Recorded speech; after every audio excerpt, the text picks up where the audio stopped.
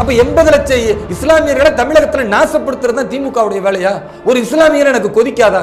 நான் என் கட்சியுடைய லெட்டர் பேட்ல கூட கொடுக்கல. நான் ஒரு இஸ்லாமியன், என் சமூகம் பாதிக்கப்படக்கூடாது, தமிழகத்துல 80 லட்சம் இஸ்லாமியர்கள் பாதிக்கப்படக்கூடாதுன்னா ஒரு வேலூர் இப்ராஹிம் குரல் இல்ல, ஒட்டுமொத்த இஸ்லாமியர்களின் குரல். ஆனா இந்த பயங்கரவாதிகளுக்கு பயந்து கொண்டு இஸ்லாமியர்கள் கோழைகளாக இருக்கும் பொழுது நான் துணிஞ்சு வரேன்.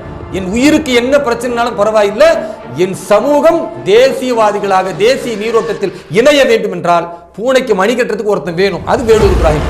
நான் போய் கம்ப்ளைண்ட் கொடுத்தா கம்ப்ளைண்ட்டுக்கு இன்னைக்கு வரைக்கும் எஃப்ஐஆர் கிடையாது, இன்னைக்கு வரைக்கும் சிஎஸ்ஆர் கிடையாது. காவல்துறை உறங்கி கொண்டிருக்கிறது என்றால் இன்னைக்கு பெட்ரோல் குண்டு வெடிச்சவன் நாளைக்கு மனித வெடிகுண்டா மாறுவான். அவனையும் நீங்க கைது செய்வீங்க, அவன் வாழ்க்கை நாசமா போகும். அந்த மாதிரி இளைஞர்கள் வாழ்க்கை நாசமா போகும். இதே எஸ்டிபி நெல்லை முபாரக் சொகுசாக இருந்து கொண்டிருப்பார், இதே வேல்முருகன் சொகுசாக இருந்து கொண்டிருப்பார். இவர்கள் எல்லாம் பயங்கரவாத அமைப்பை பாராட்டி பேசிக்கொண்டே இருப்பார்கள், இளைஞர்கள் பலியாகி கொண்டே இருப்பார்கள். திமுகவுடைய தலைவர் ஐயா ஸ்டாலினுக்கு தேவை